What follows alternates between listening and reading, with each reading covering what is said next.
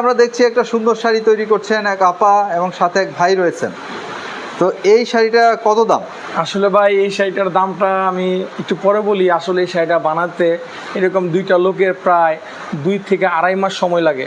এই আড়াই মাস তারা একটানা এরকম অর্ধ গর্তের ভিতরে বৈশা হাত দিয়ে বুনট করে। এখানে কিন্তু কোনো মেশিনের ছোঁয়া নাই, হাত দিয়ে কাজ করতে থাকে। তারপর কিন্তু 2 মাস আড়াই মাস পরে শাড়িটা তার থেকে নামবে। আর এই 2 মাস আড়াই মাসের মধ্যে কিন্তু ওই তাঁতিদের আমাদের ছেলে মেয়েদের লেখাপড়া, আমাদের ভরণ পোষণ সব কিছু কিন্তু এটার উপর নির্ভর করে। দেখেন এখন সব কিছুর দাম বেশি।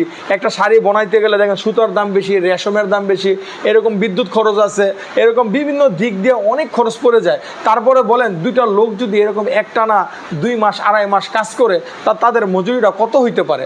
এরকম আমরা আনুমানিক এই শাড়িটার দাম আমরা 85,000 টাকা ধরছি। যদি 85,000 টাকা শাড়ি আমরা বিক্রি করতে পারি তাহলে আমরা দেখা যায় এরকম আমাদের ডেলি 300-350 টাকা একটা হাজিরা আসে। তারপরে এই টাকা দিয়ে আমরা এরকম চাল ডাল কিনে এরকম ছেলে মেয়েদেরকে নিয়ে এরকম ডাল ভাত খেয়ে এরকম কোনো রকম বেঁচে থাকতে পারবো ইনশাল্লাহ।